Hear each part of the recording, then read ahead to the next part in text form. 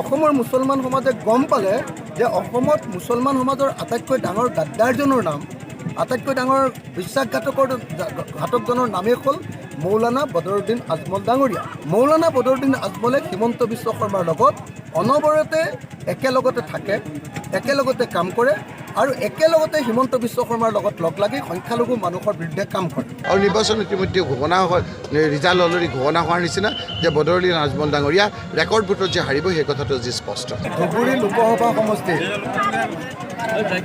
ইতিমধ্যে ৰাজ্যে সিদ্ধান্ত লৈছে যে বিজেপি দল আৰু AIDF দল দুয়োটাকে ইয়াতে পৰাজিত কৰিব আৰু আমাৰ বিৰোধী ঐক্যমঞ্চৰ প্ৰাৰ্থী প্ৰাক্তন মন্ত্ৰী কংগ্ৰেছ দলৰ সাংসদ প্ৰাৰ্থী ৰকিবুল হুছেইন ডাঙৰীয়াক সকলোৱে ভোটদান কৰিবৰ কাৰণে সিদ্ধান্ত লৈছে।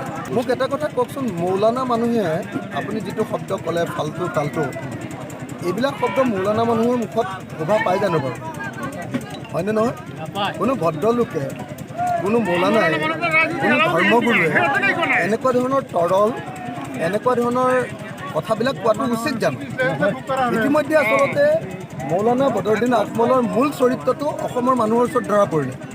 অসমৰ মুছলমান সমাজে গম পালে যে অসমত মুছলমান সমাজৰ আটাইতকৈ ডাঙৰ গাদ্দাৰজনৰ নাম, আটাইতকৈ ডাঙৰ বিশ্বাসঘাতকজনৰ নামেই হ'ল মৌলানা বদৰুদ্দিন আজমল ডাঙৰীয়া। মৌলানা বদৰুদ্দিন আজমলে হিমন্ত বিশ্ব শৰ্মাৰ লগত অনবৰতে একেলগতে থাকে, একেলগতে কাম কৰে আৰু একেলগতে হিমন্ত বিশ্ব শৰ্মাৰ লগত লগ লাগি সংখ্যালঘু মানুহৰ বিৰুদ্ধে কাম কৰে।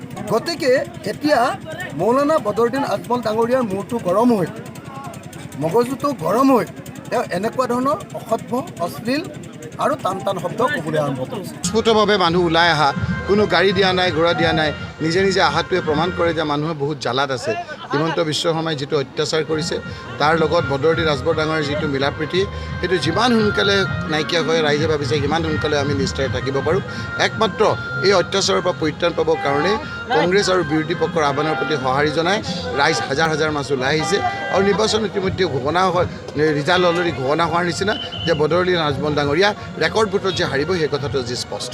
অখিল গগৈ, লুৰিণজ্যোতি গগৈ, গৌৰৱ গগৈ আৰু বাকী আটাইবিলাকে 16টা দলে মিলি বিজেপি চৰকাৰক ব্ৰহ্মপুত্ৰ ফুটুৱাই দিয়ে। 2026 চনত আমি বিৰোধী ঐক্যমঞ্চ চৰকাৰ গঠন কৰিব পাৰিম নে নোৱাৰিম?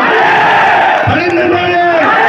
দেশখন যদি বিজেপিৰ হাতলৈ গুচি যায়, আমাৰ দেশৰ গণতান্ত্ৰিক ব্যৱস্থা, আমাৰ দেশৰ সংবিধান নাবাচে। আমি সদায় হিন্দু মুছলমানৰ কাজিয়া কৰি থাকিব লাগিব। গতিকে তেনেকুৱা এখন ফেচিষ্ট চৰকাৰ আমি কোনেও নিবিচাৰোঁ কাৰণে আমি সকলো দল একলগ হৈছোঁ।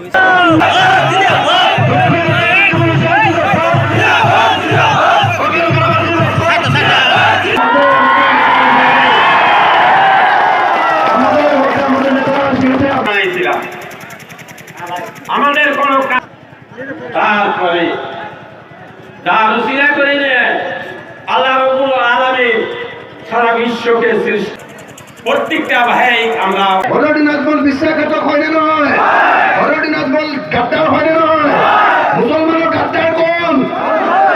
মুছলমানৰ গাদ্দাৰ কোন?